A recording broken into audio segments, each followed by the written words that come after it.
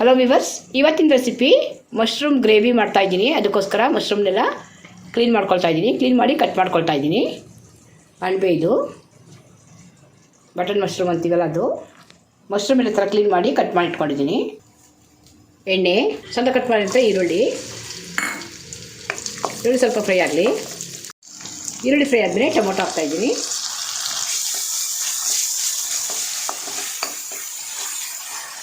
Tomato fry ಆದಮೇಲೆ ಶುಂಠಿ ಬೆಳ್ಳುಳ್ಳಿ ಪೇಸ್ಟ್ ಹಾಕ್ತಾಯಿದ್ದೀನಿ. ಹಸಿ ವಾಸನೆ ಹೋಗಬೇಕು. ಶುಂಠಿ ಬೆಳ್ಳುಳ್ಳಿ ಪೇಸ್ಟಲ್ಲಿ ಅಂತ ಹಸಿ ವಾಸನೆ ಅಲ್ಲಿವರೆಗೂ ಹುರ್ಕೊಳ್ಬೇಕು.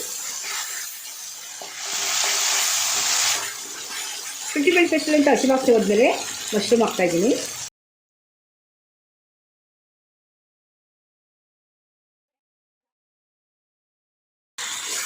ಸ್ವಲ್ಪ ಹಸಿ ವಾಸನೆವರೆಗೂ ಹುರ್ಕೊಳ್ಬೇಕು. ಅದ್ರ ಜೊತೆ ಸೇರಿಸಿ, ಮಸಾಲೆ ಜೊತೆ ಸೇರಿಸಿ.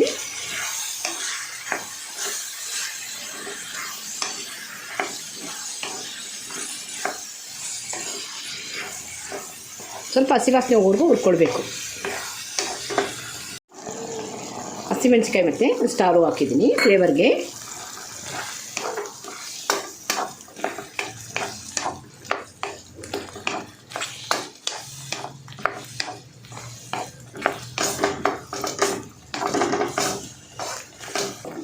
ಮಶ್ರೂಮ್ ಕೂಡ ಚೆನ್ನಾಗಿ ಬೆಂದಿದೆ.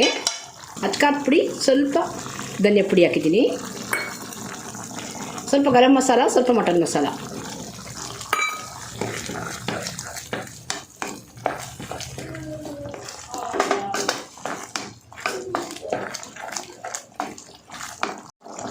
ರುಚಿಗೆ ತಕ್ಕಷ್ಟು ಉಪ್ಪು.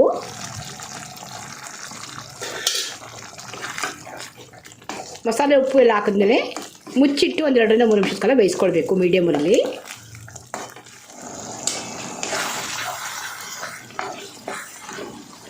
ಮಶ್ರೂಮ್ ಗ್ರೇವಿ ಎಲ್ಲ ಚೆನ್ನಾಗಿ ಬೆಂದಿದೆ. ಲಾಸ್ಟಲ್ಲಿ ಸ್ವಲ್ಪ ಕೊತ್ತಂಬರಿ ಸೊಪ್ಪು ಹಾಕ್ತಾಯಿದ್ದೀನಿ.